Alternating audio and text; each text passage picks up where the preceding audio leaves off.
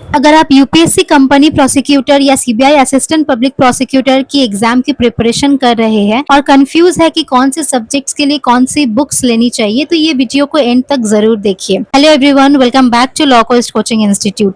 आज हम हर एक सब्जेक्ट्स के लिए कौन सी बुक बेस्ट रहने वाली है वो डिस्कस करेंगे, तो वीडियो को स्किप किए बिना जरूर देखिए एंड तक। पहली बुक है कंपनीज एक्ट 2013।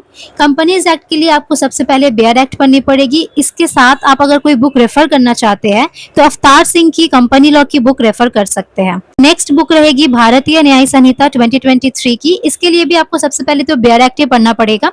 इसके साथ अगर आप बुक रेफर करना चाहते हैं तो केटी गौर की एक टेक्स्ट बुक आती है, वो बहुत अच्छी बुक है। नेक्स्ट सब्जेक्ट है भारतीय नागरिक सुरक्षा संहिता 2023। सीएनएसएस के लिए भी आपको सबसे पहले तो बेयर एक्ट को थॉरोली पढ़ना पड़ेगा। इसके साथ आप एलकार की जो क्रिमिनल लॉ की बुक आती है वो बेस्ट रहेगी। नेक्स्ट सब्जेक्ट है भारतीय साक्ष्य अधिनियम 2023। इसके लिए भी आपको बेयर एक्ट थॉरोली पढ़ना पड़ेगा। इसके साथ कंसेप्ट क्लियरेंस के लिए बटुकलाल की बुक सबसे बेस्ट रहेगी। नेक्स्ट बुक है कॉन्स्टिट्यूशन ऑफ इंडिया। ये हर एक एग्जाम के लिए इंपॉर्टेंट है, इस एग्जाम के लिए भी बहुत ज्यादा इंपॉर्टेंट है। तो इसके लिए आपको बेयर एक्ट को गो थ्रू करना होगा, थॉरोली डिटेल में पढ़ना होगा। इसके साथ अगर आप कंसेप्ट क्लियर करना चाहते हैं तो आप जैन पांडे की बुक खरीद सकते हैं, वो बेस्ट रहती है। नेक्स्ट है इंडियन कॉन्ट्रैक्ट एक्ट 1872। इसके लिए भी आपको बेयर एक्ट पढ़ना पड़ेगा। इसके साथ आप अवतार सिंह की बुक खरीद सकते हैं या फिर आर के बांग्या भी खरीद सकते हैं, वो भी अच्छी बुक है। नेक्स्ट है सीपीसी।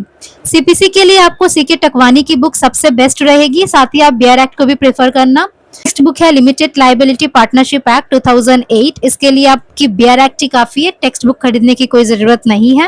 एक सब्जेक्ट है इंसॉल्वेंसी एंड बैंक्रप्सी कोर्ट। इसके लिए भी बेयर एक्ट ही इनफ होती है, कोई रेफरेंस बुक की जरूरत नहीं है। एक सब्जेक्ट है फॉरेन एक्सचेंज मैनेजमेंट एक्ट 1999। इसके लिए भी आपको बेयर एक्ट ही काफी रहेगा, इसके लिए आपको कोई रेफरेंस बुक की जरूरत नहीं है। नेक्स्ट सब्जेक्ट है कंपटीशन एक्ट 2002। इसके लिए भी बेयर एक्ट काफी रहती है, लेकिन फिर भी अगर आप कॉन्सेप्ट क्लियर करना चाहते हैं तो ये रमप्पा की जो टेक्स्ट बुक आती है वो हेल्पफुल होगी बहुत। Prevention of money laundering act. इसके लिए बेयर एक्ट ही सफिशिएंट है, कोई टेक्स्ट बुक खरीदने की जरूरत नहीं है। नेक्स्ट सब्जेक्ट है प्रिवेंशन एंड करप्शन एक्ट 1988। इसके लिए भी बेयर एक्ट ही सफिशिएंट होती है। एक सब्जेक्ट है इंफॉर्मेशन टेक्नोलॉजी एक्ट 2000। इसके लिए भी बेयर एक्ट सफिशिएंट है, कोई टेक्स्ट बुक खरीदने की जरूरत नहीं है। मैं आपको पर्सनली एक इम्पॉर्टेंट एडवाइस देना चाहती हूँ कि किसी भी सब्जेक्ट की प्रिपरेशन के लिए आपको बेयर एक्ट थॉरोली पढ़नी पड़ेगी और शुरुआत आपको बेयर एक्ट से ही करनी पड़ेगी।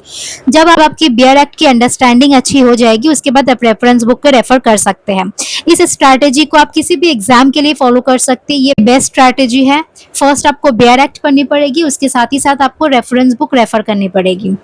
अगर आपको ये वीडियो यूजफुल लगा हो तो इस वीडियो को लाइक कीजिए, शेयर कीजिए और सब्सक्राइब जरूर कीजिए। ऐसे ही एग्जाम ओरिएंटेड लॉ कंटेंट के लिए फॉलो करिए लॉ कोस्ट कोचिंग इंस्टीट्यूट।